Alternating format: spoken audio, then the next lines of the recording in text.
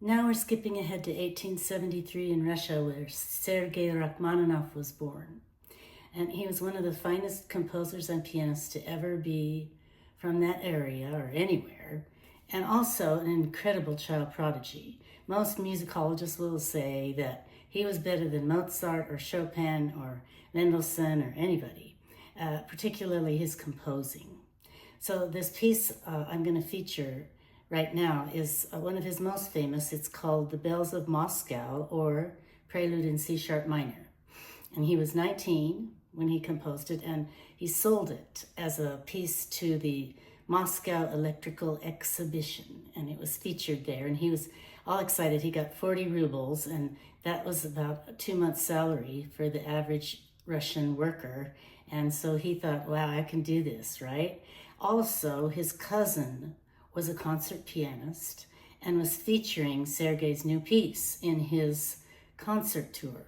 Well, the audiences went nuts, and they just went, we love this piece. So after he would get done playing it, the cousin, they would all shout, C sharp minor again. So Sergei, by the time the cousin got home, Sergei was being besieged with requests to play C sharp minor again. And as he said, being the teenager that he was, he said, I'm so tired of this. Many times I wish I had never written it. You know, like a rock star.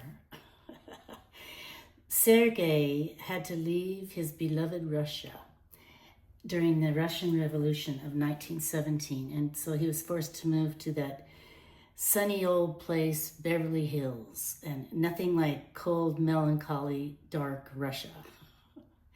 And so that's where he did all his composing and playing and everything the rest of his life.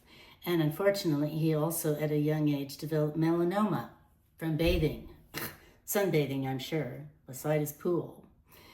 He had the unusual advantage of being about 6'6" and having incredibly long hands and fingers and face, and in fact, had Marfan syndrome most likely, which also Abraham Lincoln had when you think of it.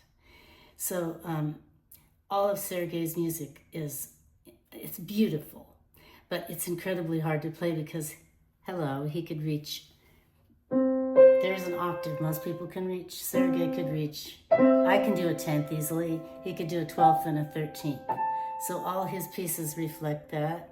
And he likes the notes to be as far apart as possible, and he likes you to use all 5 fingers of each hand and your nose. So I'm going to play for you Prelude in C sharp minor.